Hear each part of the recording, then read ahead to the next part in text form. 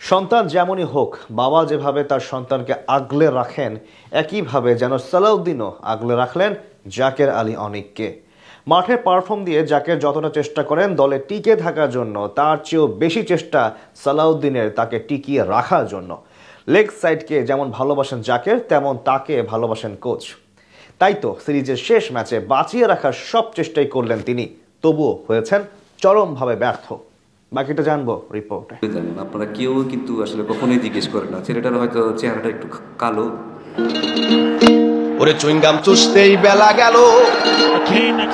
Bangladesh cricket দলে এক বড় স্ক্যাম জাকের আলী অনিক।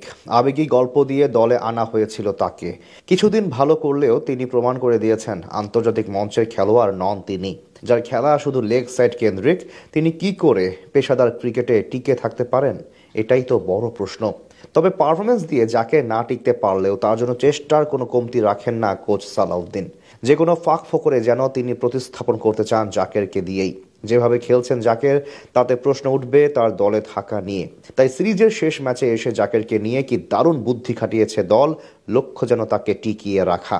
সিরিজের দ্বিতীয় ম্যাচে বাংলাদেশের হারের পেছনে সরাসরি কারণ ছিলেন জাকের।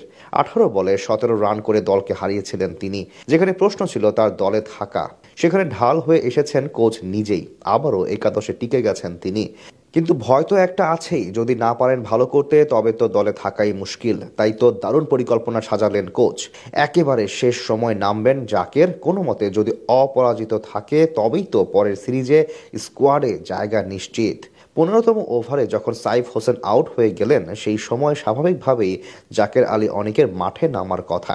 তবে ওই যে কোচ তো বাঁচিয়ে দিলেন তাকে। সবাইকে চমকে দিয়ে নামিয়ে দিলেন রিশাদকে। তিনি বিদায় নিলে সবাই ভেবেছিল এবার হয়তো জাকের আসবে, তবে সেই আশায় গুড়ে বালি। রিশাদ বিদায় নিলে আসেন নুরুল হাসান সোহান। তিনিও টিকতে পারলেন না, নিলেন দ্রুতই বিদায়। কোচের যেন মাথায় হাত, আর কত বাঁচিয়ে রাখবেন জাকেরকে। তবুও চালিয়ে গেলেন শেষ চেষ্টা।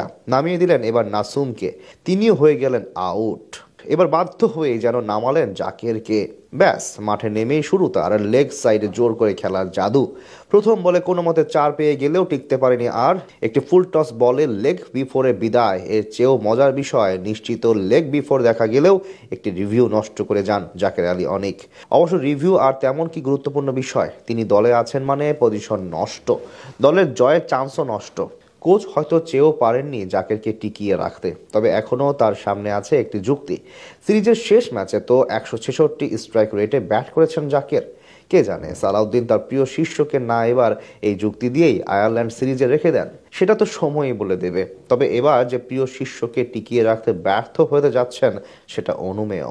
যার খেলা শুধু লেগ সাইড কেন্দ্রিক, তিনি কি করে পেশাদার ক্রিকেটে টিকে থাকতে পারেন, এটাই তো বড় প্রশ্ন।